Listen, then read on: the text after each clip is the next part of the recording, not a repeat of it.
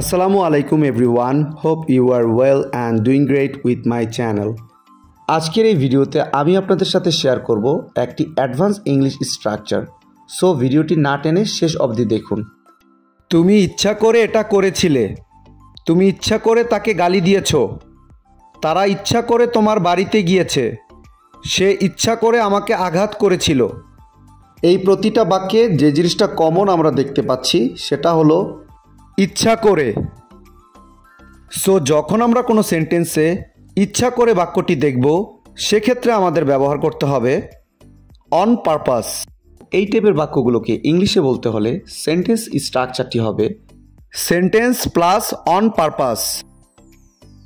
চলুন তাহলে এই স্ট্রাকচারটি দিয়ে এক্সাম্পলগুলি দেখা যাক। তুমি ইচ্ছা করে এটা করেছিলে। You did this on purpose. You did this on purpose. তুমি ইচ্ছা করে তাকে গালি দিয়েছ। You miscalled him on purpose. You miscalled him on purpose. তারা ইচ্ছা করে তোমার বাড়িতে গিয়েছে। They went to your house on purpose. They went to your house on purpose. সে ইচ্ছা করে আমাকে আঘাত করেছিল। He hurt me on purpose. He hurt me on purpose. I hope এই স্ট্রাকচারটা আপনারা ভালোভাবে বুঝতে পেরেছেন। Now it's your turn.